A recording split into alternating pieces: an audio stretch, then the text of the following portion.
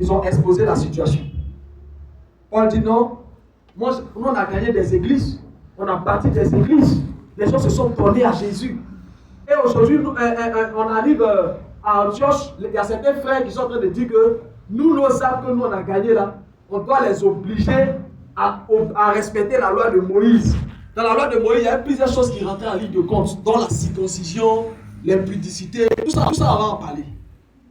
Amen. Quand ils ont fini d'exposer les faits, Pierre a pris la parole. Vous savez qui était Pierre, non? C'était qui?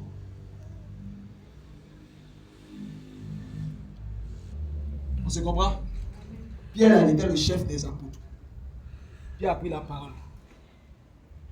Pierre a dit, les enfants, ce sont les petits. Moi, Pierre, j'ai marché avec Jésus. Je vous ai expliqué ici qu'un événement s'est passé. Et dans cet événement, moi, Pierre, j'étais assis sur un toit à Jopé. J'étais en jeûne et prière. Et pendant que j'étais en train de prier sur le toit, Dieu m'a offert une vision. Et dans la vision, j'ai vu les animaux impurs. Je vous ai déjà parlé des animaux impurs ici. N'est-ce pas? Et dans la vision, la voix de Dieu me dit, mange, prends l'un de ces animaux-là, tue-le et puis mange. Et mon Pierre, j'ai dit, mais depuis que je suis né, je suis petit, je n'ai jamais mangé d'animaux impurs. Nous les Juifs, on ne mange pas d'animaux impurs. Et la voix lui dit, donc le Seigneur lui dit, n'appelle pas impur ce que moi, Dieu, j'appelle pur. Est-ce que c'est quelqu'un me comprend? Pendant qu'il était en train de faire la vision, les gens sont venus frapper à la porte. Parce qu'il était sur le toit. Donc les gens sont venus frapper à la porte. Et les gens sont rentrés et ont dit, mais c'est qui? On dit, ce sont des soldats. Est-ce qu'il y a un homme qui s'appelle Pierre ici? On dit, oui, il est là, mais il est en haut. Il dit, ah, on nous a envoyé, notre patron nous a envoyé pour venir le chercher. Donc Pierre est toujours en train de discuter avec Dieu dans cette vision. Et il descend. Et il rencontre les soldats. Et la voix qui lui a parlé dans la vision, sur le toit, la voix lui dit, il faut suivre ces messieurs. Amen. Pierre les suit. Et ces messieurs ont été envoyés par un certain Corneille. Corneille qui était un centenier. Vous savez que c'est un grade de l'armée romaine. Donc c'était un des chefs. Or, à l'époque, les Juifs étaient interdits de rentrer chez les Romains. Est-ce que ça se comprend un peu? Donc le Juif ne doit pas rentrer chez un Romain. Et maintenant, Dieu montre la vision qu'il a montrée à Pierre. Et c'est un Romain qui appelle Pierre. Donc Pierre est toujours en train d'analyser de manière prophétique la vision et puis la situation qui est en train de se passer. Est-ce que ça se comprend un peu?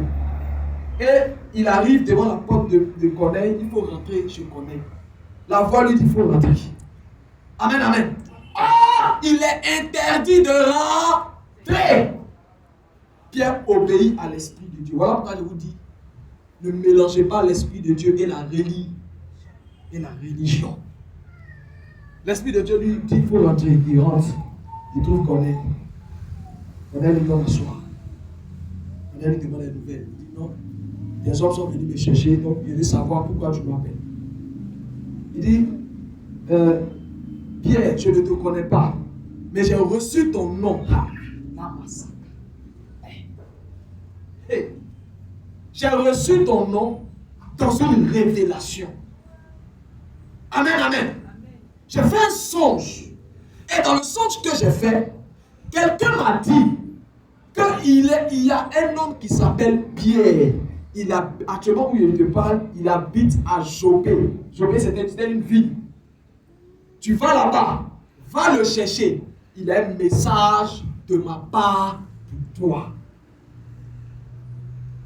Corneille explique la vision, le songe à Pierre. Maintenant, Pierre, quand il prend le songe que le monsieur a fait, il prend la vision qu'il a reçue quand il était sur le toit. Les choses commencent à devenir un peu claires. Est-ce que ça se comprend un peu?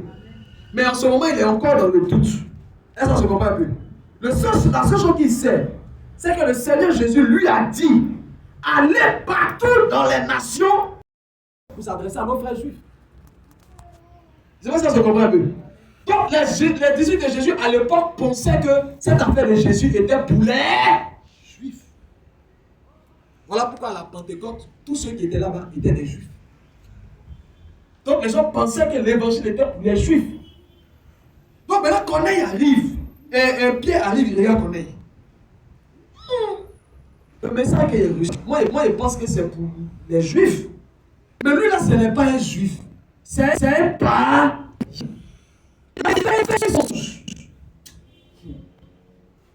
Et certains pensent que Dieu, on le prie étant debout. D'autres pensent qu'on le prie étant couché. Étant en sa chenille. D'autres pensent que c'est quand il plie les pieds. Ça, c'est les bouddhistes. Est-ce que vous savez que Dieu n'a rien à foutre mais nos manières de prier? Vous savez pourquoi il dit ça? Comment il s'appelle? Corneille là. C'est quel Dieu lui priait? Dites-moi. Parce que Corneille n'était pas chrétien, il ne connaissait pas Jésus. Il était païen. Et il était romain. Donc je peux dire que les Romains, c'est eux qui adorent les Zeus. Donc ça dit qu'ils adoraient les Zeus. C'est qu'il dit là, ça vous me comprenez? C'est là que vous allez comprendre que Dieu n'est pas dans votre système. Amen, amen. Dieu parle à Corneille. Et Corneille est assis. Pierre est assis. Pierre sait qu'il a reçu un message qu'il doit donner aux nations. Mais il a pensé toujours que c'était les Juifs. Mais il s'est dit quoi? De toute façon, le gars a été averti divinement. Je vais lui dire ce que moi je sais. Ce que je sais, c'est qu'il y a un prophète qui est venu. En réalité, il est plus qu'un prophète. C'est Dieu qui a pris forme humaine, qui s'est révélé à nous. Et il nous a dit d'aller annoncer la bonne nouvelle. Que celui qui va accepter de reconnaître Jésus comme Dieu, celui-là sera sauvé. Pierre n'a pas fini de parler. Écoutez-moi bien. La Bible dit que l'Esprit de Dieu qui est descendu à la Pentecôte. Parce qu'à la Pentecôte, je rappelle que c'était que des Juifs. L'Esprit de Dieu qui était à la Pentecôte, l'Esprit là est descendu sur Corneille et, figurez-vous, pas seulement sur Corneille, dit la Bible, sur Corneille et toute sa famille, c'est-à-dire sa femme, ses enfants. Tout le monde s'est mis à parler en langue. Comment vous pouvez comprendre ça? Pierre lui-même, il était étonné. Au moment où Pierre rentrait chez Corneille, vous savez que les peuples comme les Juifs là, il y a plein d'affaires dedans. Il y a des frères qui l'ont vu rentrer là-bas. C'est comme ça, moi je rentre à l'hôtel. Amen, amen. Et puis toi, tu me vois rentrer là-bas. Alléluia. Donc, est-ce que vous voyez la suite en même temps? J'ai besoin de faire un film. Avant que Pierre n'arrive, ne retourne au camp qui servait d'église, les apôtres étaient déjà avertis qu'il était déjà parti chez un païen. Donc, dès qu'il est arrivé, il a fait asseoir sur le fauteuil bleu. Mon frère, tu sais que les choses ici, là, ça ne se cache pas. On a appris que tu es parti. On a appris que toi, tu es un apôtre. Hein? C'est toi qui es un leader. Comment tu peux aller dans les coins comme ça? Et puis, c'est les fidèles qui t'ont vu. Là, maintenant, Pierre va prendre la parole. Il va dire, asseyez-vous, Pierre, je vais vous expliquer. Et puis, il a commencé à expliquer. Comment ça s'est fait, qui s'est retrouvé. C'est là, maintenant, les apôtres ont dit. On dirait que l'affaire de Jésus, là, c'est pas seulement pour les Juifs. Donc, Pierre a rappelé ce événement. Et puis Pierre a dit, si Dieu n'a pas exigé que les païens obéissent à la loi avant de recevoir le Saint-Esprit, ce n'est pas nous qui allons dire aux gens qu'il faut obéir à la loi. Est-ce que c'est ce qu'il dit? C'est moi, je suis blanc dans la Bible. Moi, je suis blanc. Pierre, le chef des apôtres, a coupé le coup dans cette affaire. Laissez les gens avec leur tradition. Ouais, il faut bien ouvrir tes yeux, ma fille. S'ils ont accepté Jésus, c'est la mission pour laquelle nous, on a été envoyés. Pourquoi? Il y avait beaucoup de païens. Pourquoi c'est à Corneille Dieu s'est révélé? Quand vous regardez bien la vie de Corneille, vous allez voir que c'était quelqu'un qui craignait Dieu. Vous savez, ce n'est pas la religion qui détermine que tu crains Dieu ou pas. Tu peux être un pasteur et puis tu ne crains pas Dieu. Tu peux être un imam et puis tu ne crains pas Dieu. Tu peux être le plus grand chante de l'église et puis tu ne crains pas Dieu. La Bible dit que cet homme faisait beaucoup de maux. Il aidait beaucoup les gens. Il faisait ceci. Il aidait les pauvres. Il faisait ceci. C'est ce qui a fait que Dieu s'est révélé à lui. Vous savez, c'est pour ça que je vous dis qu'avec de Dieu, le salut là, ce n'est pas nos identités religieuses là qui vont nous faire entrer au ciel. Les gens seront étonnés. La prostituée que tu as vue à côté de toi, que tu passais ton temps à dire les prostituées là, elle sera à la droite du Père, et puis toi tu vas aller en enfer. Ce qu'elle dit là, c'est que quelqu'un m'écoute. Amen. Est-ce que quelqu'un m'écoute? Amen. Sortez des critiques. Sortez des divisions. Arrêtez de penser que votre frère est celui qui est chrétien ou bien qui fréquente une église. Votre frère peut être musulman. Votre frère peut être bouddhiste. Votre frère. Amen, amen. Parce que ce n'est pas le fait d'être chrétien, musulman ou bouddhiste qui définit ce que tu es. Mais c'est ta manière de craindre Dieu. Est-ce que ça se comprend un peu? Ta manière de respecter l'homme. Ta sincérité. Est-ce que tu es quelqu'un de sincère? Est-ce que tu es quelqu'un de vrai? Est-ce que tu n'es pas un manipulateur? Est-ce que tu n'es pas quelqu'un qui aime l'argent au point de vendre ses frères? Au point de vendre ses parents? Amen, amen. Est-ce que tu n'es pas quelqu'un? Amen, amen. Est-ce que c'est ça? Vous me comprenez? Vous n'identifiez pas quelqu'un comme votre frère parce qu'il va dans une église. Est-ce que quelqu'un me dit? C'est pas ça. Connais celui avec qui tu marches. Est-ce que son esprit est bon? Est-ce qu'il est un bon esprit? Vous pensez qu'il n'y a pas de musulmans qui aient de bons esprits? Vous pensez qu'il n'y a pas de bouddhistes qui aient de bons esprits? Et dans nos églises, on passe le temps. Oh, ceux-là, il faut les rejeter. Oh, ils sont dans le faux. Certains disaient ce qui est dans le vrai et qui est dans le faux. La seule vérité que moi, Ayemou, Jean, Michel, je reconnais, c'est Jésus. Tout le reste, c'est à peu près. Amen, amen.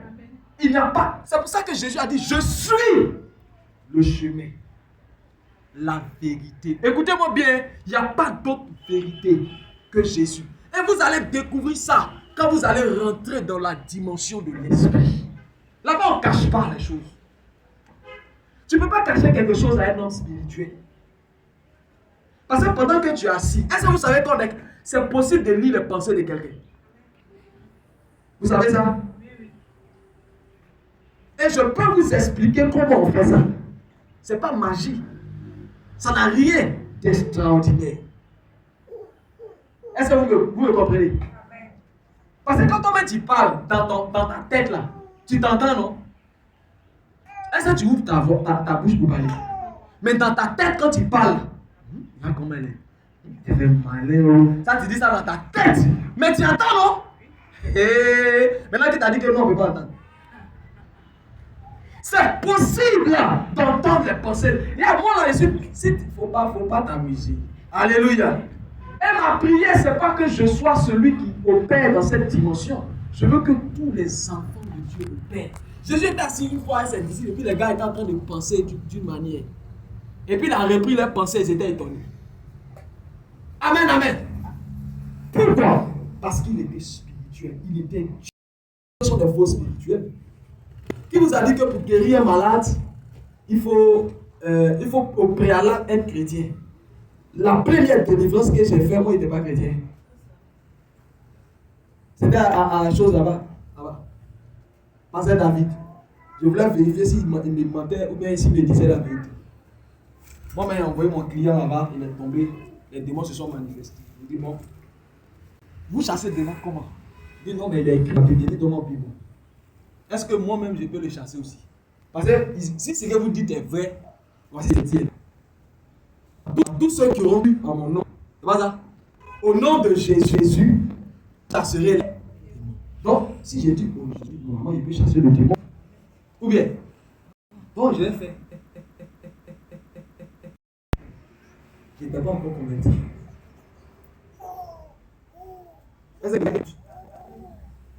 Parce que quand tu crois réellement au nom de Jésus, les miracles t'accompagnent.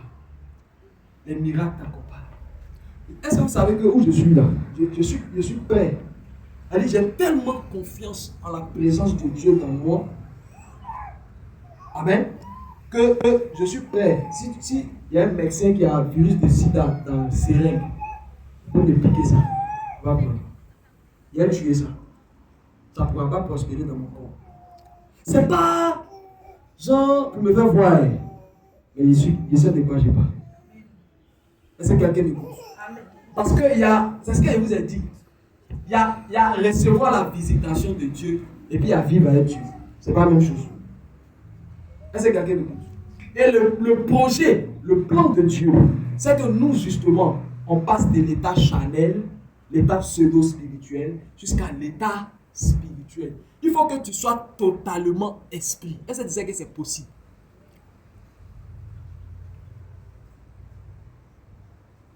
Il y a tellement de choses à dire que je sais que s'il ne fait pas attention, il y a des personnes. Alléluia. Donc, je vais faire en sorte de pouvoir conclure. J'ai pris ce passage ici. J'étais en train de parler de Nahaf, qui a été traduit en. Comment on appelle ça? En français, adultère, et puis l'autre côté, impudicité. Amen, amen. C'est là que. Maintenant, il y a un apôtre qu'on appelle Jacques. C'est là que Jacques a dit bon, Pierre, tu as raison. Mais si on ne fait pas attention, les Juifs vont nous crucifier ici. Donc, moi, voici ce que je préfère.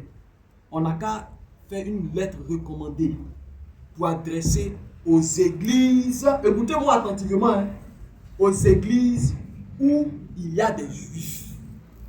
Je précise, aux églises où il y a des Juifs. À ces églises-là, on leur dira de s'abstenir des viandes sacrifiées aux idoles. Et il y a trois choses. Ils ont demandé l'abstinence des viandes sacrifiées aux idoles, de la consommation des animaux morts étouffés, et puis de l'impudicité. C'est ça là, impudicité là. En réalité, c'était d'adultère qu'il devait mettre. Mais lui qui a écrit là, c'est un grec.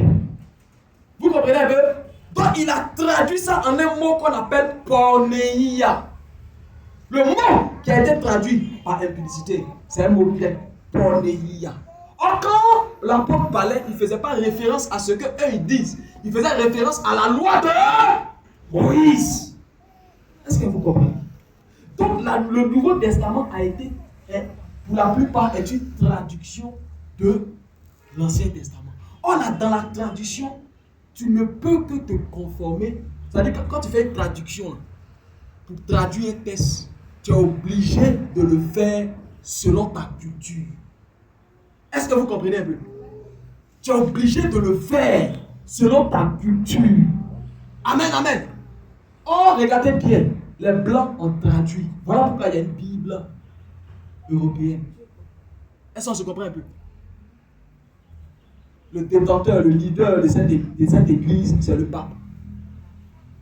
Il a traduit. C'est-à-dire qu'ils ont des théologiens européens qui ont pris les écrits de Qumran.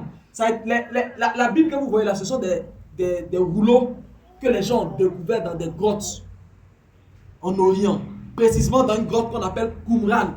Et dans la grotte là, c'est pas seulement ce que vous voyez dans votre Bible évangélique là. C'est pas seulement ça qui a été trouvé. Mais ça, je devais parler de ça plus tard. Mais je vous expliquerai pourquoi tous les écrits ne figurent pas dans la Bible. Amen, amen. Mais sachez que ce n'est pas tous les écrits qui sont dans nos Bibles. Est-ce que ils ont ajouté des livres comme Sachère, Siracide. Ils ont ajouté, il y a bien d'autres. Amen, amen. Maintenant, nous, qu'est-ce qu'on fait? Au milieu de tout ça, les Européens ont traduit la Bible. Les Américains ont traduit la Bible. Eux, les Américains se sont basés sur quelle traduction? Ils se sont basés sur celle des Juifs. Or, dans la tradition juive, l'adultère, ça dit que dans leur coutume, la femme n'a pas le droit à avoir des rapports tant qu'elle n'est pas mariée. Est-ce qu'on se comprend bien? Donc, les évangéliques ont adopté cette traduction. Maintenant, ils sont venus pour nous imposer ça. Et comme Africains fait du suivisme moutonnier, nous tous on est dedans. Est-ce qu'on se comprend un peu? Parce qu'aucun Africain n'a pris le soin de prendre le même texte pour le traduire dans la culture africaine. Moi, j'ai fait ça. Voilà pourquoi je vous dis que j'ouvre une école théologique où je vais enseigner les Écritures, cette fois-ci sur la base de la traduction de la Torah écrite dans notre culture. Est-ce qu'on se comprend un peu? Mais dans notre culture, là, avant le mariage, c'est pas un crime hein, chez nous. Hein. C'est pas un crime. Hein. Vous savez ce qui est un crime? En réalité, Nahaf, que signifie Nahaf? Je vais vous dire exactement. Top Chrétien Magazine a défini Nahaf comme étant rapport sexuel illicite. Rapport sexuel illicite. C'est-à-dire des rapports sexuels qu'on peut condamner de crimes. Est-ce qu'on se comprend un peu? Mais chez nous là, est-ce que quand tu sors à une femme et puis tu n'es pas marié, est-ce que c'est un crime? Est-ce qu'on met les gens toi-même chez toi, dans ta tradition au village là, on a déjà arrêté quelqu'un, ou on a déjà fait payer amende à quelqu'un parce que il a bougé une femme. Maintenant pourquoi nous on fait ça à l'église? Vous voyez pas un peu?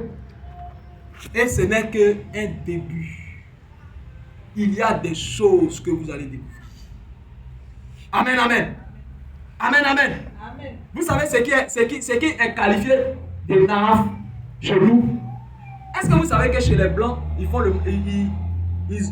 ça dit qu'en Europe, là, le mariage homosexuel est légalisé. Vous savez pourquoi c'est légalisé? Parce que ce n'est pas un crime chez eux d'être homosexuel. Vous comprenez? Et qui les bénit? C'est les églises. Est-ce que c'est ce qu'il a dit là, vous comprenez? Maintenant, nous, on prend la même chose là, on va venir faire ici. Voilà pourquoi ça ne marche pas. Et dans ça, on critique les gens. Je vais combattre, nous allons combattre de toute notre énergie la colonisation européenne et américaine. Mais je vais vous expliquer au-delà de toutes ces interprétations que je suis en train de vous dire.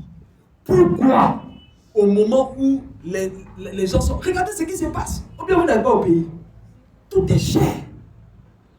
Les choses sont dures. Pour joindre les deux problèmes, c'est compliqué.